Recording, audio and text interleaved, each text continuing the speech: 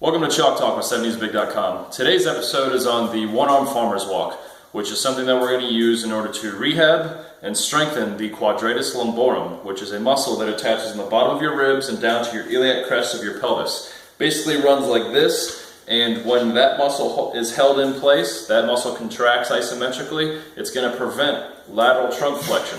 So that's the reason we're going to use a one-arm farmer's walk, because you're going to have an implement in your hand and you're going to keep your shoulders and your hips at parallel with the ground so that you're not having any kind of hinging going on. Sometimes if you're carrying something heavy in one hand, you kind of hinge out at the hip in order to kind of maneuver with it. But in this case, you're going to put an emphasis on shoulder squared, pelvis squared, and parallel with the ground. You don't need to use a lot of weight because you might actually hinge out whether it's leaning towards the implement or away from the implement. So I started out around 50 pounds when I did it, and I was pretty sore the next day. Wife usually uses like 16 kilo kettlebell, and so she's going to demonstrate right now.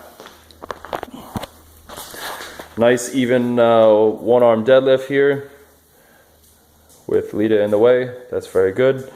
And so the shoulders and the pelvis are square with nice, short, deliberate steps. And that's good. So we're in the garage, it's dark out. Normally you'd walk about 30 meters or so.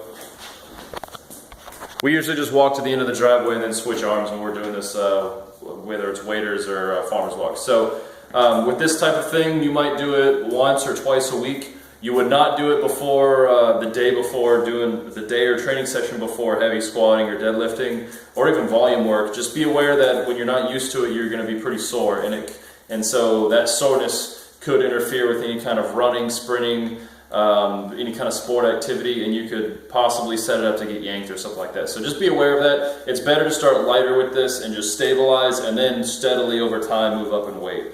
So one-arm farmer's walk can be used to rehab the back, along with side planks and torso rotations and some other stuff that Stuart McGill likes.